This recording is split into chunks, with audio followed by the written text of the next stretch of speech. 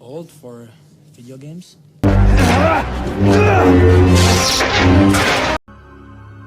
You have failed. The same way, I will destroy you. And my friend is truly dead.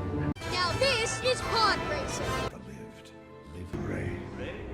Ladies and gentlemen, welcome back to the Graying Jedi podcast. I am Jedi Master UrzaMaster.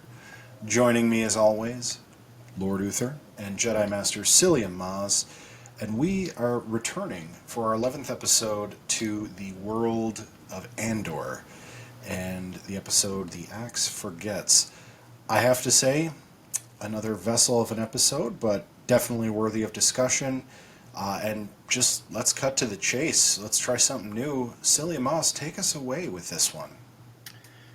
Thank you, Jedi Master UrzaMaster. Thank you, Jedi Master Lord Uther. And thanks to all of you neophyte Jedis and Sith running around out there.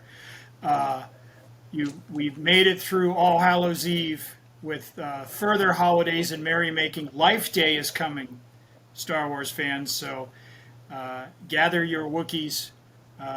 And make sure that you have your globes handy, because that will be much merriment through all the land.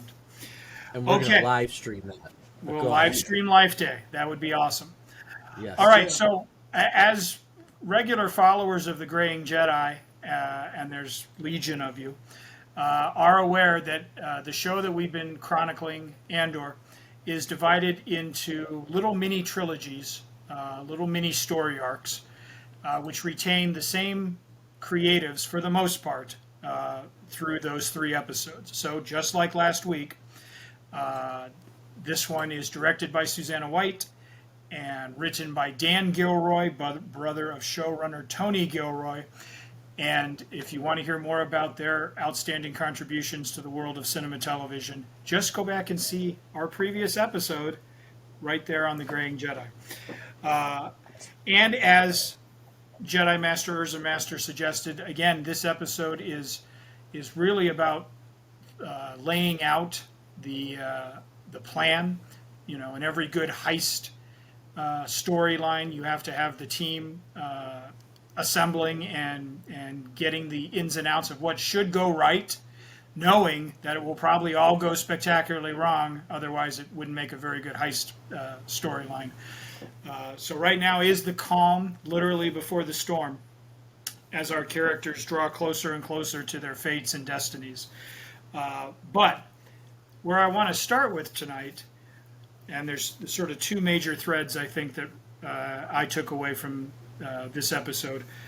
I want to start with how richly developed this world feels already. Don't forget, it was only a couple of episodes ago that we were on the rusting junk planet of Ferrix with Bix Colleen and all of Andor's associates, Marva and B2EMO and so forth, and the corporate authority. And it just feels like that happened in another galaxy far, far away.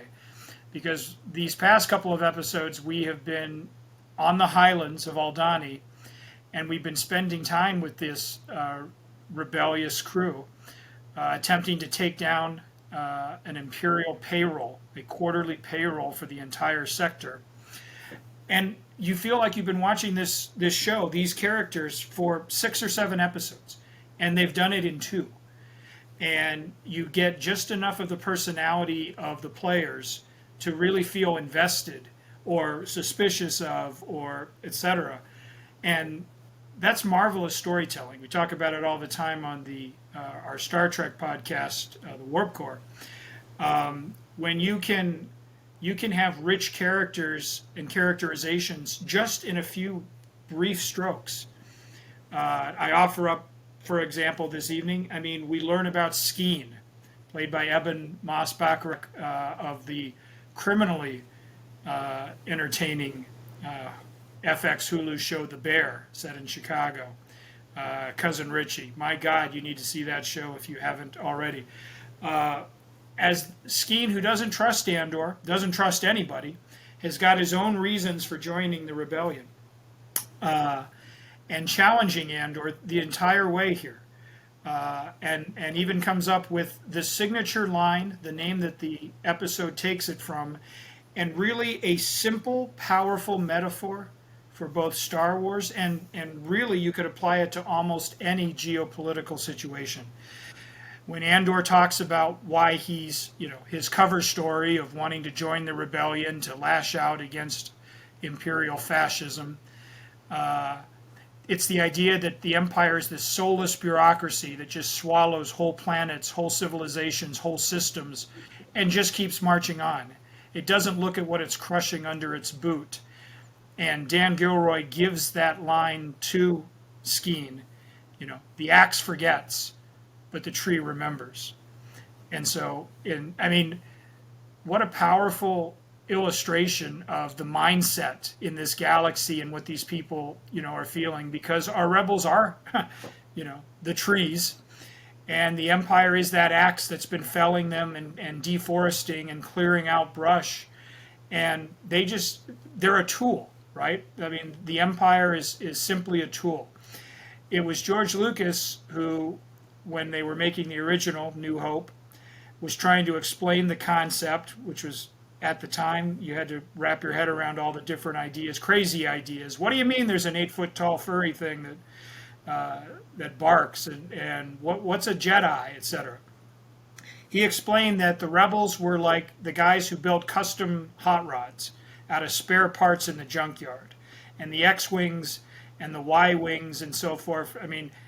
In other circumstances, they would barely get off the ground, but they were scrappy and inventive, and they found their way around corners.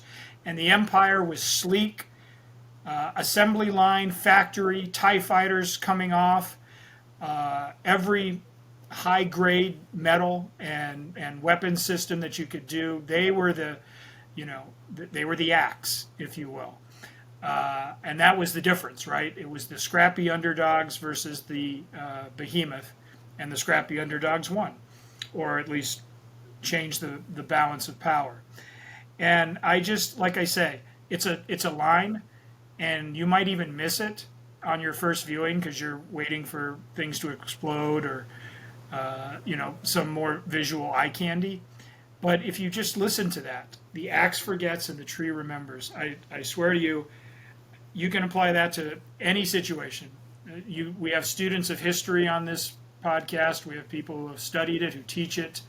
It's a universal sentiment, and just one of the examples why this show really cuts a different lane than your traditional Star Wars mythology shows, for the best in terms of the voice that it's trying to have. And there are other just fantastic little bits of character. Again, you only get these little darts, but boy, they tell you a lot about the person. Think of Cyril Karn and the most uncomfortable breakfast you could ever have with a relative, his mother, who sits there and berates him on everything from his posture to his job prospects, all in the guise of, I care about you, son, but in reality taking out probably a lifetime of frustrations, bitterness, and disappointments on her own offspring. I love the line where she tells him to quit slouching. She says, by sitting like that, you're sending a message to everybody, and I quote, "I promise to disappoint you." It's just a fantastic put down. And you can see that Cyril can give as good as he can get. He obviously still, loves his family, but boy, he's tired of being the punching bag. And like I say, that entire relationship has been built in just 2 or 3 minutes of screen time. And yet you feel like, the backstory, and you can predict how they will react in certain situations. And again, like I say, a credit to taking the time and the trouble to develop your characters and not just rely on a blaster fight, a lightsaber duel, a highly choreographed special effects space battle. They have their place, and they deserve their part in this storytelling. But this is something different. This is something unusual. This is the second episode where literally there is no violence, right? There's no fisticuffs. There's no, someone pulls a knife. Skeen pulls a knife on Andor in a tense moment 2/3 of the way through. But, when you think of Star Wars shows that we've enjoyed, The Mandalorian and Obi-Wan Kenobi and the Book of Boba Fett and so forth, there's always something going on, right? There's Tusken Raiders that you're fighting, or there's, space pirates, or, Moff Gideon. Gungans and robots. Right. I mean, so there's all sorts of appropriate, Ahsoka. There's all sorts of appropriate trappings for that type of story. I'm fine with that one. And this one, like I say, they don't care if you have to sit there and listen to what they're talking about and pay attention to motivation and characterization, and that's refreshing. It's basically a grown-up show asking you to respond to it and enjoy it and appreciate it on its terms, and not trying to, well, we have to shoehorn our way in, it's Star Wars, so there should be a lightsaber battle, or there should be a big climactic ship attack or so forth. And again, I'm not saying we won't see any of that down the road, but what I'm saying is it doesn't need it to be successful. It gets by with just fresh, great dialogue that not only advances the plot, but advances character. Andor tells the group, I know what I'm against, everything else will have to wait. And that tells you right where his mindset is here. We've seen him start off as kind of a conniving, shifty, dodgy character. Now at least he's willing to say, even if it's for the money, I'll stand on this side of the fence and fight on your side. But don't get me wrong, I'm in it for the money. Yeah, but he makes a pivot though, right? Because when he pivots and says, this is why I'm here. Like, I'm just going to tell you the truth. Right? He could have tried to have made up a side story again, so we're seeing the character pivot and develop at the same time, and he makes himself vulnerable. And there's actually the couple things you brought up that the writing's so good, you can imagine what's happened before. We know that he's connived his way through life, making up stories here and there, and very believable, by the way, right? Maybe even to the point that he believes some of it. Like, that's how good some liars are. Sure. And here, maybe for one of the first times, besides, loving his pseudo-mother in a sense, but even then, he probably gave her a line of baloney here and there to either make her happy, satisfy her, get something that he wanted. But here, maybe for one of the first times since he was on that planet with his sister, he's honest. Yeah. He kind of throws it out there. Hey, this is this is where we're at, and maybe even sees the value in being truthful, because what does it get him? It gets him acceptance. It gets him a level of respect without having to BS his way around it. Right. And I think that's an important point. And going back to what you're talking about too, with Cyril, and is that his mother or his aunt? I thought it was. It's his mother, Edie. Yeah, but just that scene at the table, you're going to tell me that you can't see them when he was a teenager or when he was a little kid and she was pulling the same stuff, probably pouring the same milk into the same cereal, the way he's looking at the cereal, like, this is my life. This is how it's been for 25 or 30 years, and this lady just keeps browbeating me every turn, every morning. It never stops, which is why I want to be successful, so I can get away from her. I mean... Right. And for a time I was, and now I have to hang my head in shame, and he had to go back, right. Where he probably worked so hard to get away. That was probably part of his motivation. I got to get away from this lady, drive me nuts, right? Right. He gets away, and then he's got to bite the bullet and come back again and sit at probably that same table, right. And he's reliving his youth all over again. And I think that's another key point, too, because we know that's going to be his motivation, but we'll get to that. And the one more thing I want to talk about, because you brought it up, and I probably should have just jumped in as you were talking, but... That's fine. I know you had a flow going, and I didn't want to interrupt you. But the idea of the tree remembers, right? I think if you look at a lot of big empires that have tried to spread out, and they just think they can chop their way through a city or through people or through armies and just leave that devastation and keep moving forward, and those people are going to be under their thumb because they were defeated, all it does is it brews rebellion, it brews revolt, it brews revenge. And that's some of your classic revolutionary things that happen because someone goes through and it's like, and I tell my students this all the time. It's very, and I've said this before. It's easy to conquer. It's extremely tough to hold because eventually those people are going to rise up against you. Even if they wanted you there in the first place, they eventually want you to leave so they can just live their lives again. And all it's going to do is just brew rebellion, and you're going to get overconfident and you're going to lose. And it's what we see. But then we see as we flash forward in those movies that you're wearing one of those shirts, we see it again. I'm so sorry that you're wearing that, but we see, like, that's the cycle we talk about. So I couldn't help myself. I've also had a cup of coffee at 8:35 at night.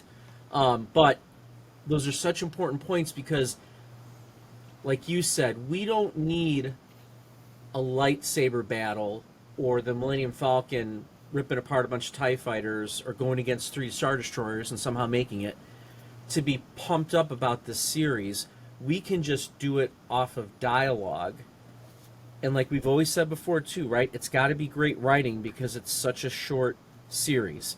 And to UrzaMaster's points, you don't waste a word. You can't. And in this series, they do such a great job of it. You can, like I said, it's like you can see in the past with these characters, which makes the moments even more powerful. UrzaMaster, I'm going to sip my last cup of coffee and let you go, bro. Whoa! There you go. And if this were a 3-tier cake of a Graying Jedi episode, we have gone from, shall we say, the base level to the middle analysis. And let me take it to the Yoda level analysis here. Because to go beyond the vessel of the episode that puts the characters in place to the reference and antecedents of the episode to the meta-analysis, this chapter arc is all about trauma. The whole show is about radicalization. This is about trauma. Trauma is one of the methods to which a radical is born. And we're seeing it in multiple facets. Lest we forget, we also see Mon Mothma and her teenage daughter. Oh. Trauma on both sides, right? It's the victimized teenage daughter going through normal teenage stuff with the parents, but the trauma that the parents experience and trying to safeguard their future, doing these underhanded things, knowing that if the Empire continues, this little girl might not have a future and she doesn't even know it. I can't even tell her about it. It's absolute torture. No different than any other parent with their child, right? Total opposite of that we have with Cyril. Definitely abused child, mentally, verbally, maybe even physically you could extend, who is now driven to be this absolute company man, toe the line, totally rigid, absolute model, employee type, because he's afraid to fail. He's afraid to end up in the spot he's at, and that's why he ends up there, is he will not sort of buy into reality. He's trying to be the absolute pinnacle of everything so that he never has to go back to his trauma and deal with it. And that's just avoidance, right? And then he's also projecting on those around him. We see that in the first chapter. He's moving towards radicalization, towards evil, empire, or towards good, the rebellion. Likewise, we've got Luthen in this episode very, very briefly. He's dealing with his own trauma of just the waiting being the hardest part, and how he's had to be reckless to try and make something happen, and he's a very calculated individual. And this is something he's prepping for trauma. It's almost the anticipation of trauma, of being that radical who's on the inside but trying to dismantle something, sort of like Mon Mothma, but in a completely different perspective, right? The sort of merchant class perspective, maybe the white collar below the political class. It's a marvelous, marvelous way of looking at every class of the rebellion, every ascent to radicalization here. And it would not be Star Wars, and it would not be a Graying Jedi episode if I didn't name drop Joseph Campbell here, because this is absolutely Campbell-esque storytelling.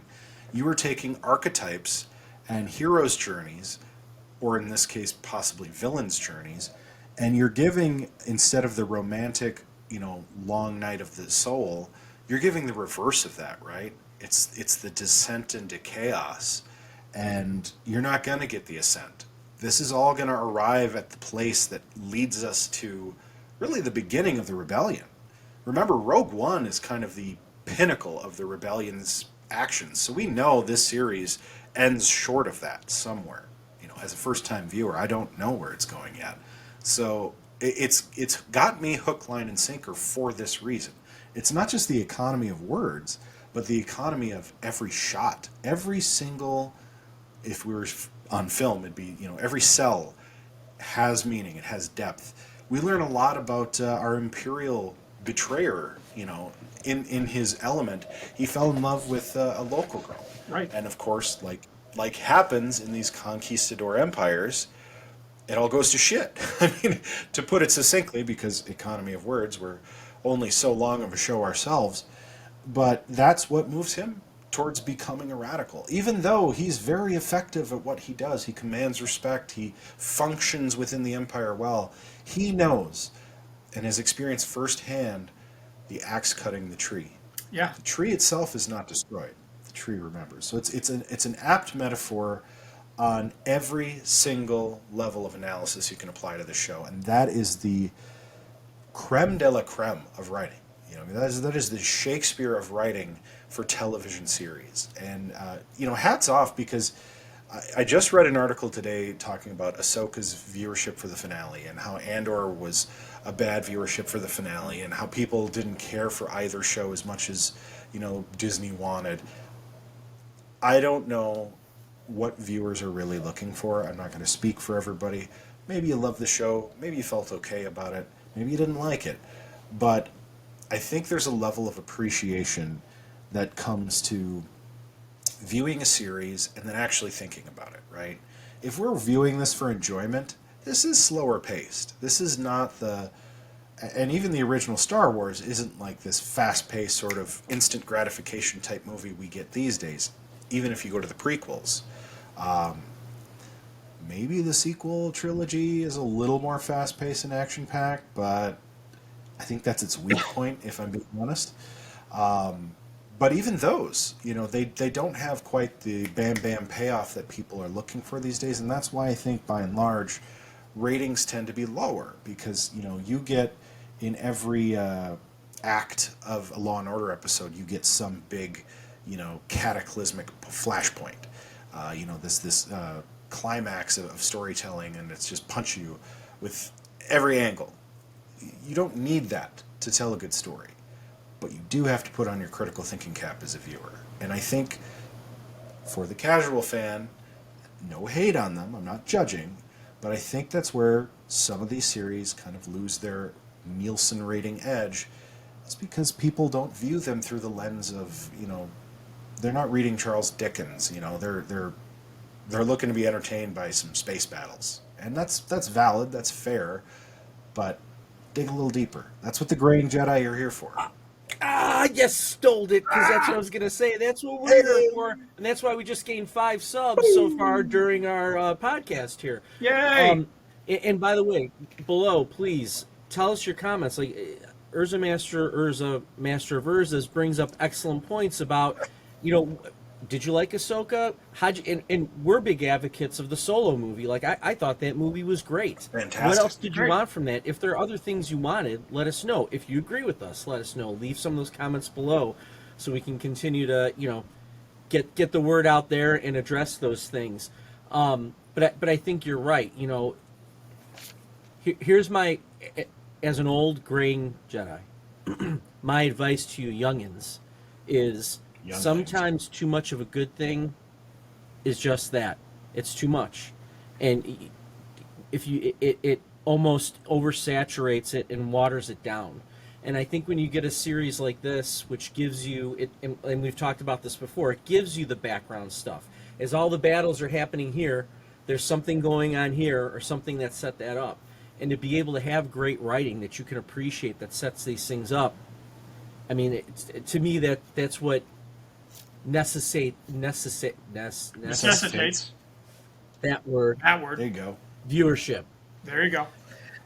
All right, some other things that occurred to me during this episode, because again, we cover a lot of ground. We maybe are not spending a lot of time with Luthen or Dedra over in the Imperial Security Bureau and so forth, but we touch on all the major storylines that we're currently following. We even sneak back to Ferrex, which is now completely under Imperial control. They're taking over the downtown hotel as their headquarters, and that guy that has been squabbling with Dedra over control over the system is sitting there saying, well, hurry this up, I need to get back, etc., etc. And you spend time with Dedra and her assistant, and again, some great lines in there as they're trying to analyze what does the theft of the Star Path mean, and Dedra says, I know this is rebel activity, even though on the surface they're completely unrelated from Kessel to Jakku. Good name drops there. During the briefing that she has with her assistant, she says, you know, if it were me, if I was leading this, you never climb the same fence twice. And her assistant chimes in with, it looks too random to be random. And I mean, that's just great. I mean, like I say, we're rooting for Imperials to crack the code, and then you remind yourself, wait a minute, those are Imperials. I don't want them to figure this out, but they have the innate intelligence. They're not just stormtroopers missing, you know, the side of a barn with a blaster. Yes, these people are actually, they have a layering and depth to them, even if they're on the other team. And I love that scene too, because the guy's like, do you want to use this hotel as the headquarters, right? And the guy's like, he's kind of thinking about it. He goes, make a decision because I have a meeting and I've got to report about it, basically. And it's like, it's so and the guy corporate. Yeah, and the guy that's so I can go report about it. That's going to get left behind. The guy that's going to be in charge in Ferrex. He's like, well, I'll take the assignment, but do I get a title? Like he's like scheming like right. I don't care about the pay. Right, but yeah. Can I get the title? And I mean, right. It's just little details like that, right? Where you would have that same conversation at Lowe's if you know it's like, do you want to be the assistant manager? Right, you know. Well, and again, making the classic mistake of you're going to set up your headquarters because you're underestimating, which I always tell my players, it's a mistake to underestimating your enemy by putting your headquarters smack dab in the middle of their city. You're surrounding yourself with insurgents, but they don't so we're the Empire. It doesn't matter. Like, we can put ourselves wherever. And well, we'll see what happens with that, but classic mistake, which I love this I love this series. I love UrzaMaster picking up on Lieutenant Gorn, the Imperial turncoat, who is again the reason that they're going to be able to hopefully penetrate this fortress / dam. Oh my! As you say, you see him throughout. Giving his troops the pep talks. Well, why is this not cleaned up? It better be done in an hour. And then he goes down and we get a glimpse of the payroll they're going to steal and the ship they're going to have to use to lift it out. And the best thing about that scene, it's not about conquering the galaxy. It's not about bringing the Jedi to heel. These guys, they want to get the holiday off the next night. Like they're more worried about the work schedule, right? And he's like, Gruff, I wanted that thing painted a week ago. We have a visitor from Coruscant coming in here. Maybe I should, make you work, double time. And they're like, please, sir, please. We never get to see this celestial event. It's the only reason to be on this backwater planet. And he relents because he needs them out of there so that they can pull off the heist in the next episode. But I just love, like I say, when we think of the Imperials, we think of Grand Moff Tarkin and we think of Grand Admiral Thrawn. We're far too trusting. Right. We think about all the guys at the top, but here are guys that are, I wouldn't even call them mid-level functionaries. They're just guys that have to punch in and punch out. And like I say, they're more concerned about, hey, do we get the time off or do we... It's Captain Shaw's, It's a beautiful thing there. I love Skeen's line when he outs Andor as a mercenary, who brings a treasure to a robbery. And as we said, Andor taking a chance by actually telling the truth when it was Luthen who stirred the pot by creating this complicated backstory and inserting him into this heist at the last minute.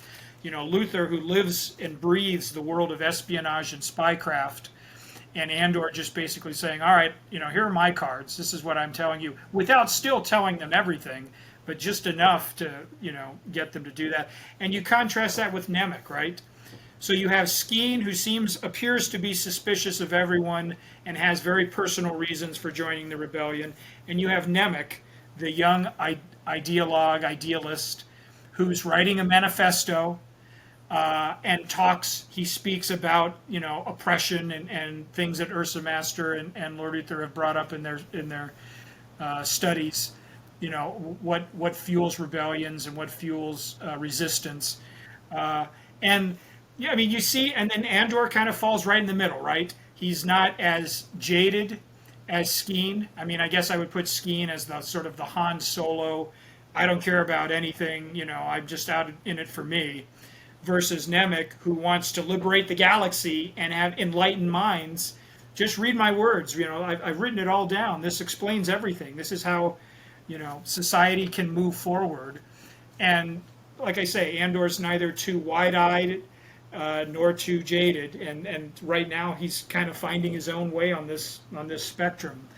I love Nemec's line about it's easy to hide behind 40 atrocities rather than a single incident. The Empire, they just consistently, you become numbed to the violence and the degradation and so forth. And when the scary TIE fighter, they did it again. They made a TIE fighter scary just by with sound effects and buzzing them. He says a surprise from above is never as shocking as one from below. Again, you can come in with X-Wings and try and strafe the dam and engage, or you can sneak in through the sewers and the gutters and take them out at the knees. And I thought that was great. And on to one more thing on Lieutenant Gorn.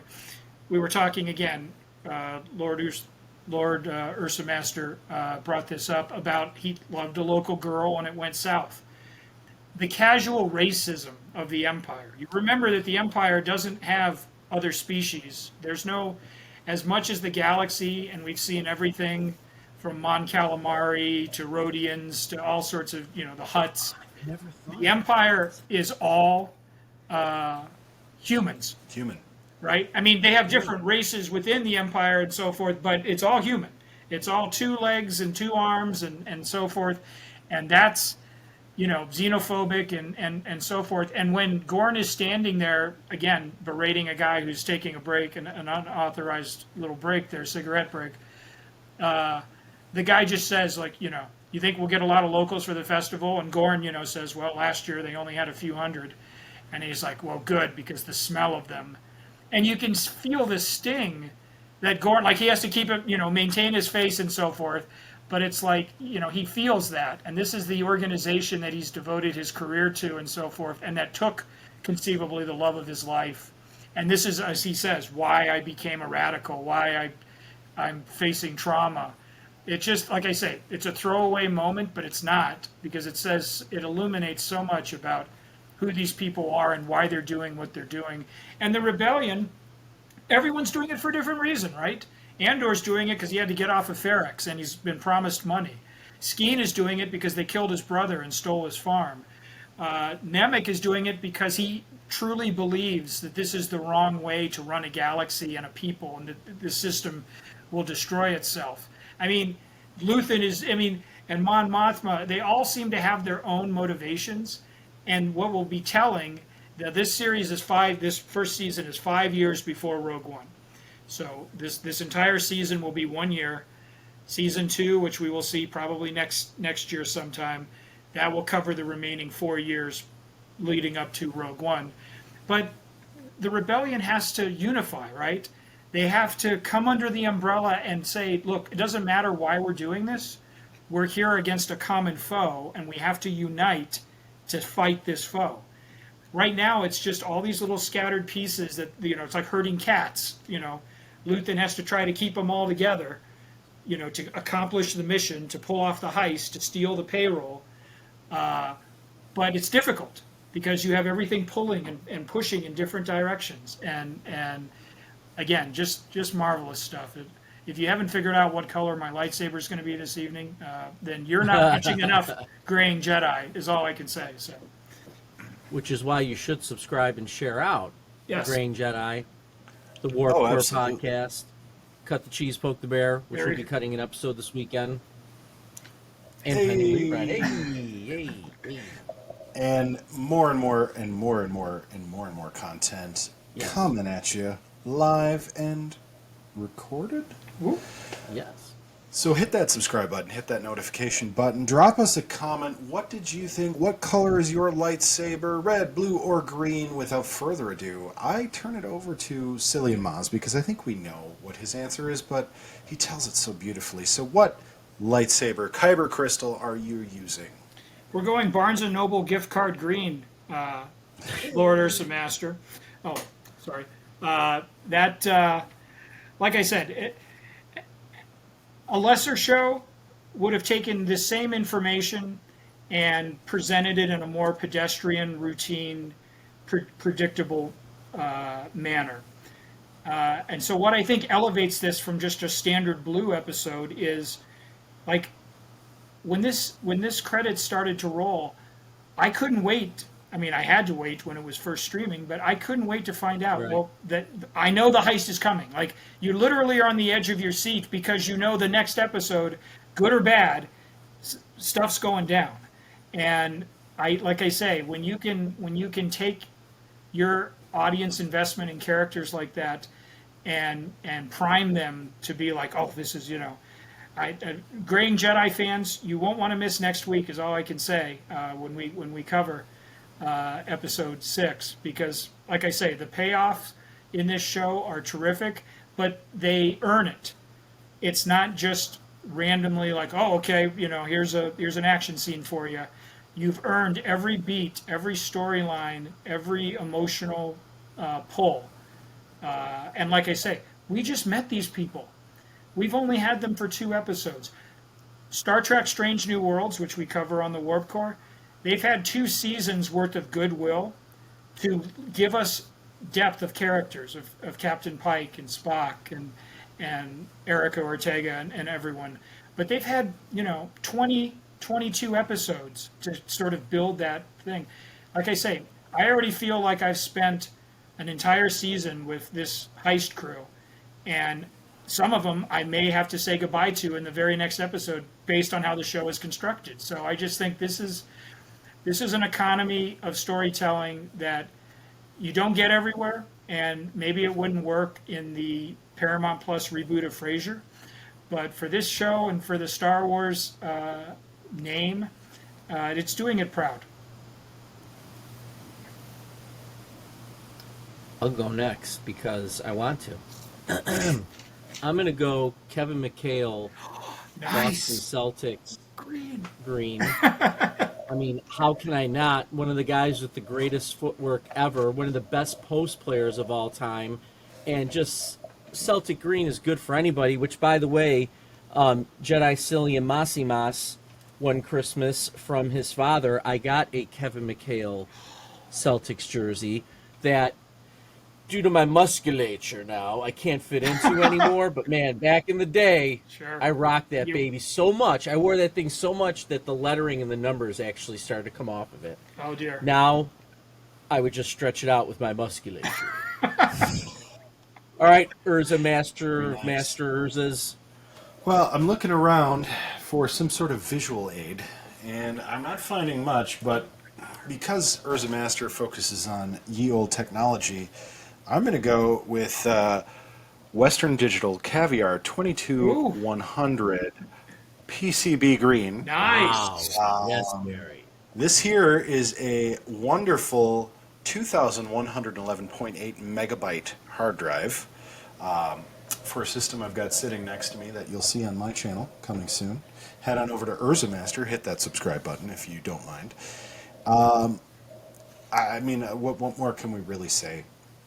I think from a person who spent many years reading big leather-bound books and many JSTOR articles about those leather-bound books or about the people who talked about those leather-bound books, and absolutely burnt my brains out on analysis and every other literary dissection you can think of, vivisection, if you will. This titillated every bit of my senses. I love dialogue. I love intrigue. I love storytelling in this manner. And to the Philip Roths out there, this is how you tell the same stories in a new way. You find ways to make those same stories interesting. You find new characters within those stories. This is Grendel to Beowulf, in a way. It's very cerebral. It's very much introspective. It's very psychological. And all of that is wonderful. I mean, this is a postmodern Star Wars story right here that comes at you from a very romantic lens and is very digestible. So if you have not spent your life whittling away at an English degree as I have, I highly recommend Andor, and this episode in particular, despite being a vehicle in between chapter kickoff to chapter wrap-up. This is the exposition part of that bell curve of storytelling that usually is your throwaway. You don't remember a lot of it because it's not that exciting. It doesn't denouement out and give you some sort of conclusion or message. But this is the meat and potatoes that gets you there. For the first time in many, many, many iterations of shows, I actually feel like this might be the most valuable component of this story arc. And it doesn't take a whole season to get you from point A to point B. It doesn't take a bunch of Monster of the Week episodes to sort of goad you into watching for one scene with the smoking man.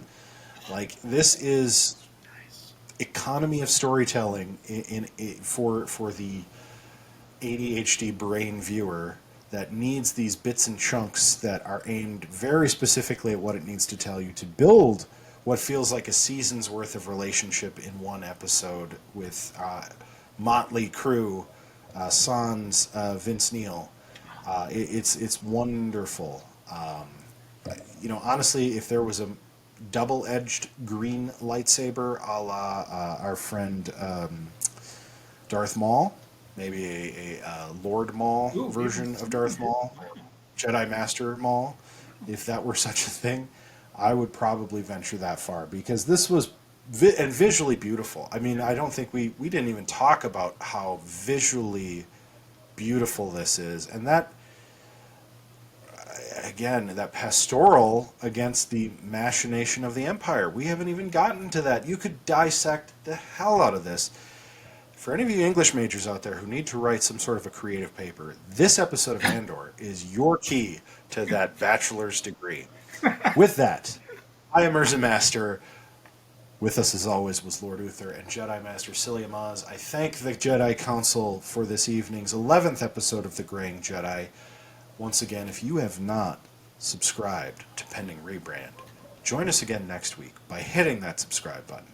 We're free. It doesn't cost you anything to hit subscribe. It doesn't cost you anything to hit like. It certainly helps us out. Drop us a comment. Maybe you just don't want to say anything about Andor at all and you just want to be like, I like turtles. Guess what? We like turtles too. They were in that Ahsoka show or something sort of like a turtle. Yes. Live long and prosper is not what I do here, guys. So for that, I'll just say, may the Force be with you. And also with you.